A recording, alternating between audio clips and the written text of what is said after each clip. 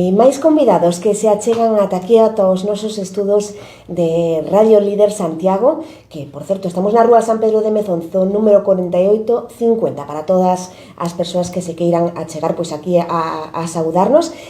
Hoxe temos a Covadonga Rodríguez, que é a directora da Fundación Pública Galega Camilo José Cela. Moi bo día, Covadonga, que tal? Moi bons días, que tal? Moitas gracias por achegarte ata aquí e dar a coñecer esta fundación, esta casa museo, bueno, todo o que tendes que ofrecernos. Moitísimas grazas. Gracias a vos por invitarme a dar a coñecer neste medio tan bonito que é a radio, pois a Fundación Pública Galega Camilo José Cela, todas as actividades que facemos e que temos nestes momentos en funcionamento e en marcha para todos os públicos, claro.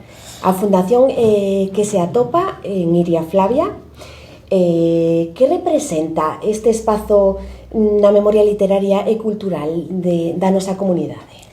Pois eu creo que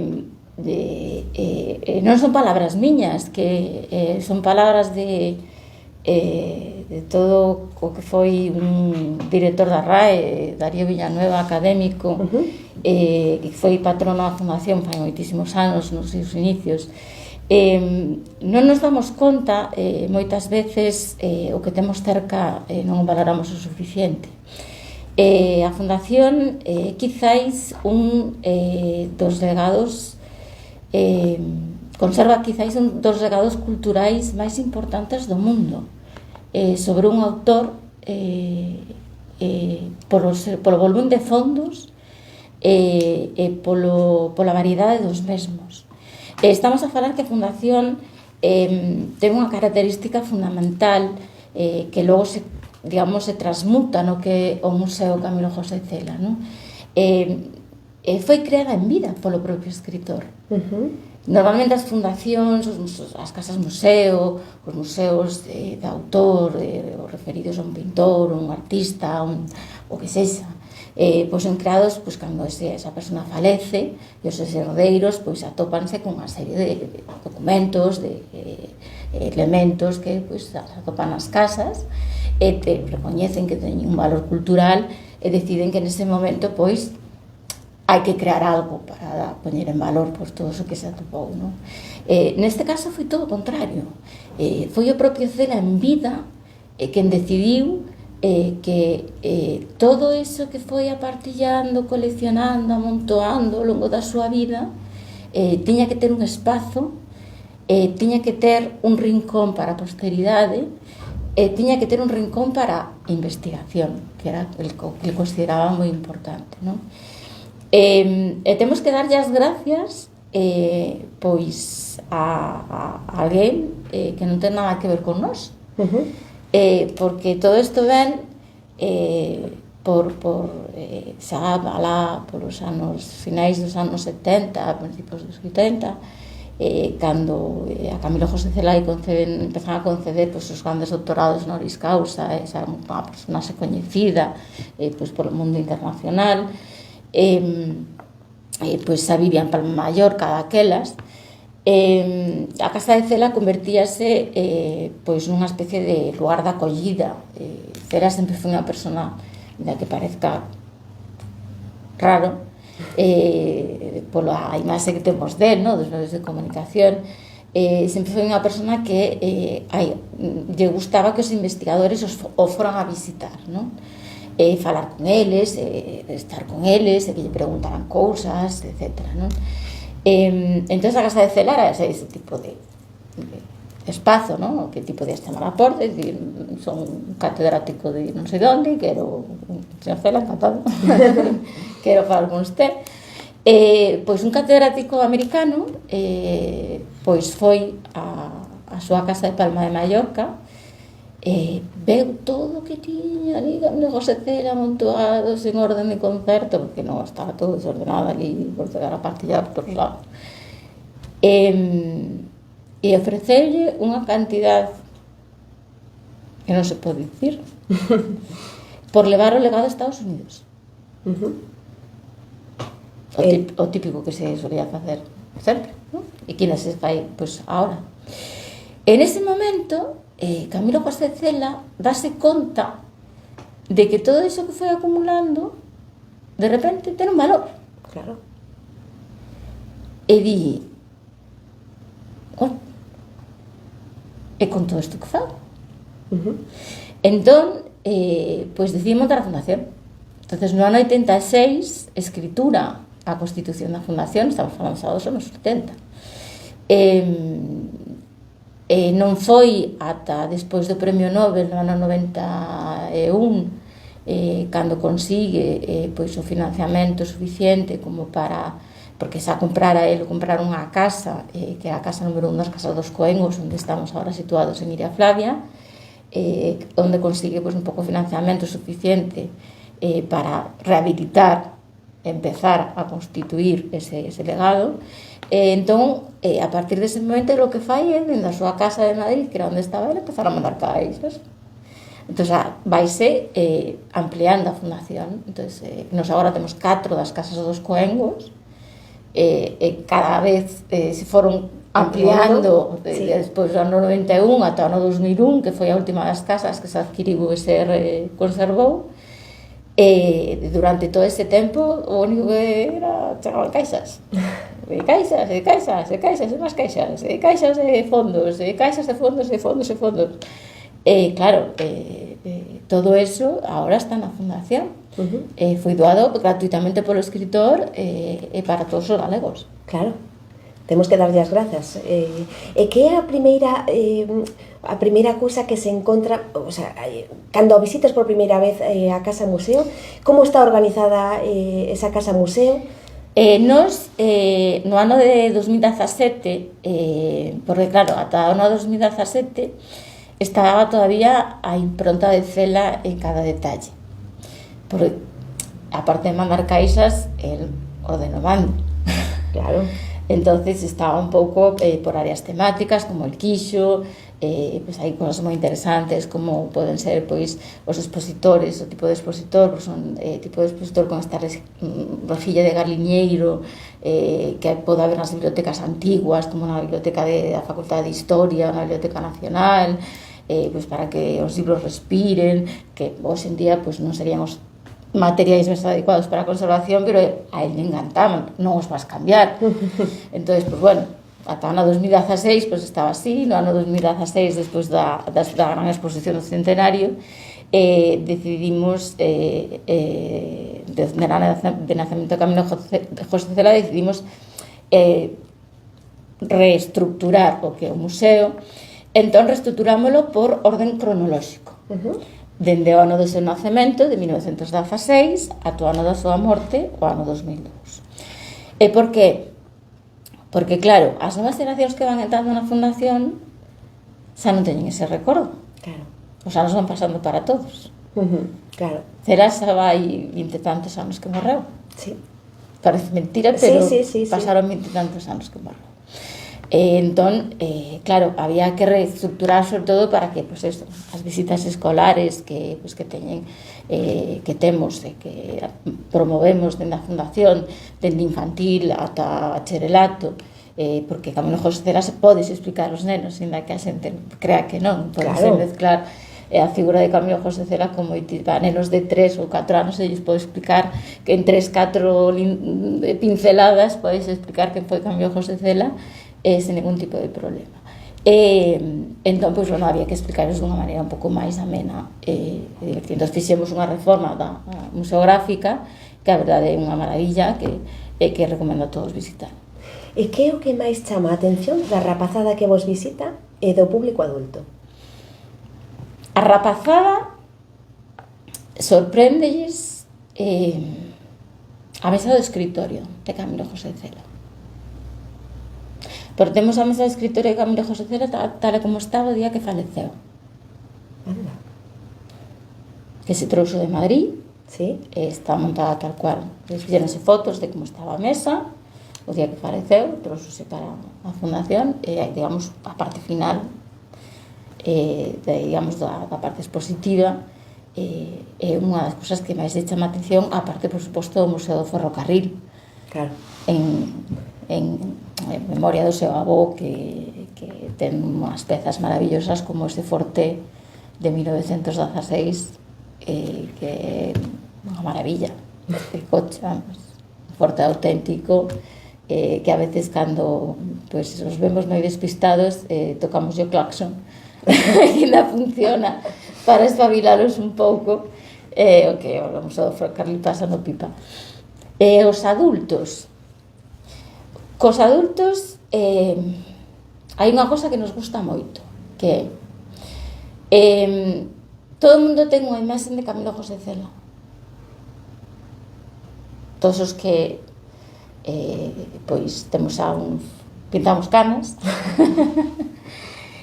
temos unha imaxe de Camilo José Cela, boa ou mala. Pois hai dos dous extremos, non? Os celianos absolutos ou os que pois lles gusta a súa literatura ou odian a persona ou odian ou non lles gusta a súa literatura ou sí ou non ou a persona caía de mal ou que era un borde ou de todo tipo. O que máis nos gusta é cando saen do museo. Por qué? Porque todos din o mesmo. É que o que din? Mudoume a forma de pensar sobre Camilo José Cela. O sea, que saen con outra realidade, o sea, con outra imaxe diferente sobre o escritor. Por unha razón. Vou a explicar. Cela, para vender libros, foi consciente de que tiña que crear un personaxe, porque era unha persona moi tímida. No trato de direito era unha persona moi cercana, moi afable, moi cordial, moi atenta, moi cos seus amigos, vale? Pero sabía que no mundo no que ele estaba, estamos a falar que Cela publica a familia Pascual Duarte no ano 1942, que é plena posguerra civil. Sí. É unha época difícil, dura, na que pues, todas as familias pasaron as súas circunstancias, onde había pois que sobrevivir.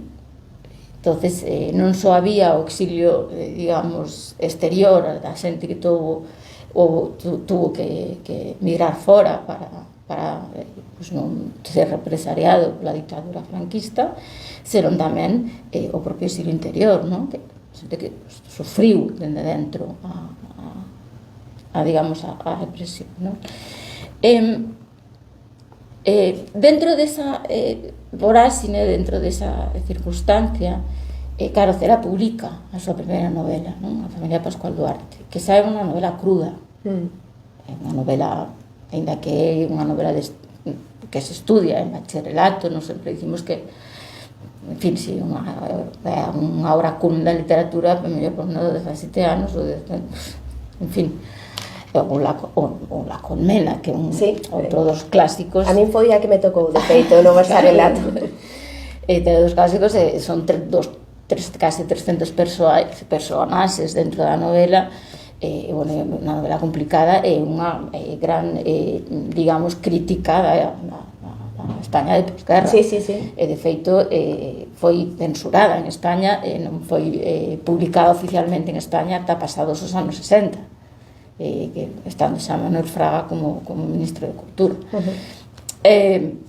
Entón, pues, bueno, dentro desa vertente, pues Cela foi intentando sobrevivir. Entonces, o facer o recorrido cronolóxico por a vida obra de Camilo José Cela, pues un pouco se van mostrando pues un pouco esas pequenos bandazos que podemos dar pois na vida, porque hai que verse nas situacións, non? Mentre a xente pois, que Cela foi censor, quieto. Cela foi censor de revistas farmacéuticas e literarias, revistas farmacéuticas e botánicas. E xa. Punto. E porque tiña que gastar, porque lle ofreceron dicir que tiña que ganar cartas e dixeron e non traballaba, porque feito iba ali escrito por él, está escrito por él nas súas memorias, se poden ir a ver, recoller cantas revistas farmacéuticas e botánicas censurou Cela nos anos dos que estivo de censor. Non, Cela non foi censor. E que Cela era, digamos, do régimen. No, tampouco. Que en algún momento tivo que brujulear polo feito de que quero publicar, quero facer, que a ver como fago, porque tamén hai que ter en conta que el quería ser escritor, quería dedicarse ao oficio de escritor. E xa en 1942 dixo, quero dedicar ao oficio de escritor. Publicou máis de 120 títulos en vida. Moitísimo, sí. Coñecido 14 novelas que foi as que se dedicou, polas que se concedeu o premio Nobel, pois escribiu teatro, escribiu poesía, escribiu artículos en prensa, escribiu moitísimas cousas, non? Entón, sí, bueno, pois tiña amigos que eran do régimen, pero tamén tiña amigos que non eran do régimen. Cela foi un gran amigo de Picasso, de Rafael Alberti, de Vicente Alexandre, de Juan Ramón Jiménez, de gente do exilio. De feito, a través de papeles de Son Armadáns, foi un dos grandes impulsores de que toda esa xente que estaba no exilio volvese a publicar en España. Entón, claro, cando empezas a ver por orden cronolóxico un pouco, pois como vai transcurrindo a vida de Camilo José Cela, por que vai facendo cada unha das cousas que vai facendo, quenes son os seus amigos, quenes non, como vai traballando, que proxectos culturales fixo, pois esa revista Papeles de Son Armadáns, as conversas poéticas de Formentor, os coloquios internacionais de novela. Pouca xente sabe que Cela foi o creador da editorial Alfaguara. Alfaguara é creada polos hermanos Cela. Eu non o sabía, ves? Pois a editorial Alfaguara é creada polos hermanos Cela, por Cela e máis o seu irmán Jorge, e despois, co paso dos anos, pois deciden vendela e se queda co grupo editorial que é hoxe, pero foi creada polos hermanos Cela. E as primeiras edicións da Alfaguara están na fundación. Sí, como dicías, bueno, que cando visitas por primeira vez que saes con outra visión completamente distinta sobre Cela. E que actividades estades a desenvolver ao longo do ano? Pois bueno, mira, sei que agora estades cunha exposición, non? Sí, este ano é un ano especial porque ademais se cumple o 30 aniversario do Premio Cervantes da concesión do Premio Cervantes a Camilo José Cela. Que está exposto ali? Sí, está exposto, sí. Temos expostos todos os premios de Camilo José Cela. Se queredes ver un Nobel, non, medallina de Pedro Nobel, máis un diploma, tedes que ir a Padrón. Aquí a Padrón, aquí, al ladiño. Porque hai que saber que o único premio Nobel galego é Camilo José Cela. É o único que temos. E podémolo ver ali en Padrón, ben cerquiña. O Premio Cervantes tamén está exposto, o Príncipe de Asturias tamén, o sea que están todos ali. Que este ano cumple este defeito, pois os 30 anos do Premio Cervantes, entón tivemos durante todo o ano pois unha programación especial con distintas actividades, non? Pois, celebrando distintas novelas como Mazucas para dos Mortos. Temos unha exposición de feito sobre o 30 aniversario do Cervantes que vai estar durante todo o ano en Iria Flavia para que todo o mundo poida pois, coñecer un pouco máis de detalle os intríngulis do Premio Cervantes, que tamén son moi interesantes. Realmente agora temos outra exposición que é moi interesante, que é un pouco motivo de vir aquí a entrevista, que é unha exposición que temos en Fonseca, no Pazo de Fonseca, no Claustro Alto, que é a exposición Me proclamo feminista, a relación de Cela coas escritoras e artistas do seu tempo. Porque, claro, tirando este fío do que estábamos a falar, sí. Esa frase, Me proclamo feminista, é unha frase que di Cela nun artigo de 1962. E de feito pregúntalle sobre o que pensa sobre as mulleres, o papel das mulleres da época, e di pois, unha serie de cousas. De repente, o final é me proclamo feminista e me gustaría velas sublevadas. En 1962. En 1962. Por que o di? Dío porque realmente Camilo José Cela trataba as persoas pola súa intelectualidade. Entón, a él non lle importaban cores políticas, non lle importaba nada, que non lle importaba o resto. O que máis lle interesaba era as relacións e o carácter cultural que lle podían ofrecer, non?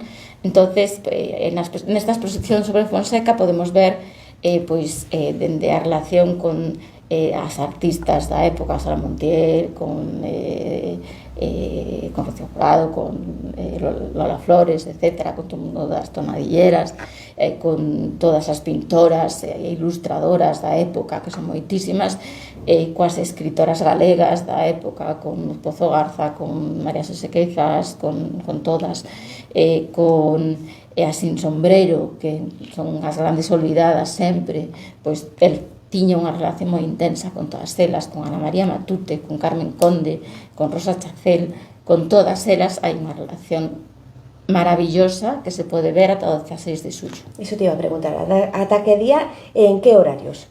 Os horarios son os horarios do claustro de Fonseca, que creo que son de 9 a 2, creo que está hasta o mediodía, de 9 a 22 horas, creo que de luns a venres, ata o 16 de xullo. Bueno, pues aí queda esa información sobre esa exposición Me Proclamo Feminista de Camilo José Cela aquí no Pazo de Fonseca en Santiago, e tamén outra cita que tedes próximamente é Sí. que vades a ser sede do Festival Atlántica Internacional, que é un festival de narración oral. Sí. Que vai comezar, se non lembro mal, me parece que o 28 de xuño, Sí. ata o 6 de xullo, e vos acolledes unha cita o 3 de xullo. O 3 de xullo. Unha cita dobre. Sí, unha cita doble. O 3 de xullo ven José Manuel Gutiérrez de Zamora a facer ás 9 unha maravillosa actuación que convidamos a todo o mundo a que veña a Fundación a vela, porque todas son gratuitas. Nos xa fomos sede de Festival Atlántica fai anos atrás, foi unha experiencia maravillosa, sempre podemos participamos en Festival Atlántica. 30 minutos antes o que temos preparado é para 20 personas que se teñen que apuntar nos teléfonos da Fundación e no correo electrónico da Fundación, que estará na nosa página web ou nas redes sociales da Fundación, que podemos seguir, unha visita especial á colección de manuscritos de Camilo José Cela, para coñecelos un poquinho máis en detalle, que é unha colección maravillosa. Pois que interesante, Covadonga, todo o que nos transmitiches nesta entrevista. E antes de despedir, dinos os horarios de verán para visitar esta fundación. Sí, a partir do 1 de xullo, se Dios quere, isto é ben, a fundación terá xa horario de verán, abriremos de 10 a 2 e de 4:30 a 8. De 10 a 2 e de 4:30 a 8. De martes a sábado. De martes a sábado. Pois animamos a todas as persoas a que se acheguen ata a Fundación Pública Galega Camilo José Cela, que está aquí ao ladiño, en Padrón, en Iria Flavia, e que sairemos dali con outra visión sobre o escritor. Seguro. E se non, podedes preguntar por min e intentarei convencervos do contrario. Pois moitísimas gracias, Covadonga. Moitísimas gracias a vos.